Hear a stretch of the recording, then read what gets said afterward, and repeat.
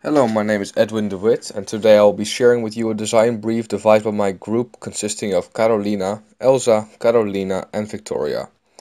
Our design brief is commissioned by Duurzaam Den Haag, whom we've been in contact with via Amber van der Laan. I'll start with an introduction.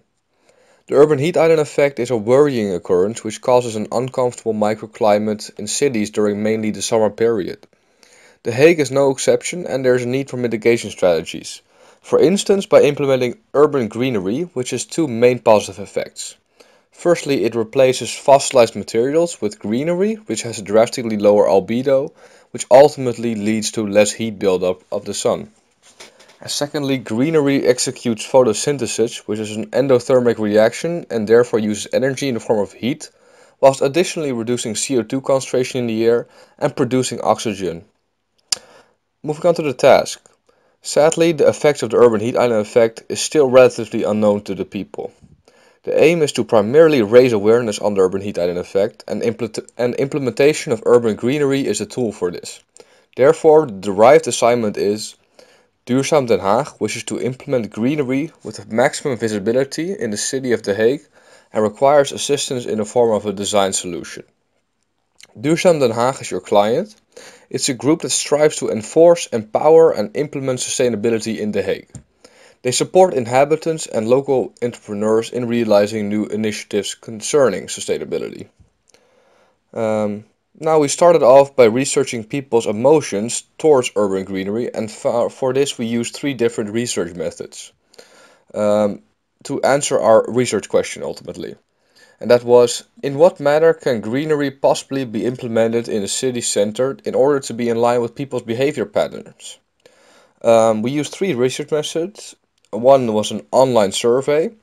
We made a survey to find out, for example, how people feel about greenery and what types of greenery they prefer to see in the city. With the questionnaire, we also researched what extent people are ready to actually be involved in greening the urban area. Moving on to the observational research we did in The Hague. We made multiple observations on three different occasions in the city center of The Hague to get a better understanding of how busy streets are used and what kinds of criteria traffic creates for implementing greenery there. And lastly, scenario testing. With the scenario testing, we wanted to gather more information to support the answers from our online survey. We asked 40 people in the city to choose their personal preference from four Photoshop pictures of the Grote Marktstraat, each with different amounts of greenery.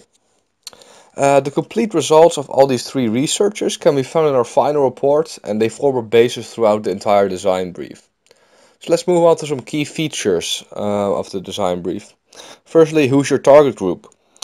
The people to be affected by the design solution are people who are frequently in the city center of The Hague. This obviously means inhabitants, but also visitors, commuters who spend significant amounts of time in The Hague. Now, what's the unmet need that needs to be solved?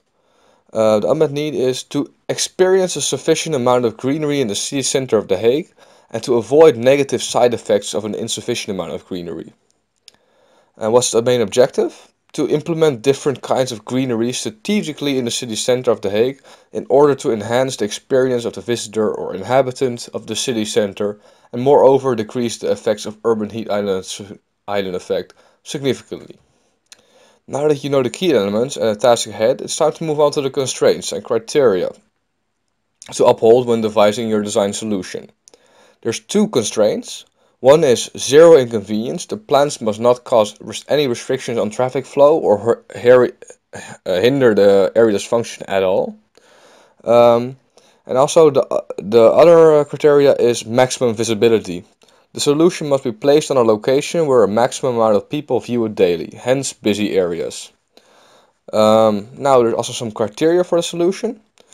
Frequent visitors and inhabitants must experience the urban greenery, and experience is defined as to feel like you're in a green environment and not a cold fossilized environment. Also, traffic flow must not be interrupted or hindered. The greenery shouldn't cause any inconvenience in the shape of impaired sight. This is mainly for safety reasons. The traffic should be visible at all time. Also, a good maintenance system is needed. This means either plans with low maintenance or frequent upkeep of the greenery.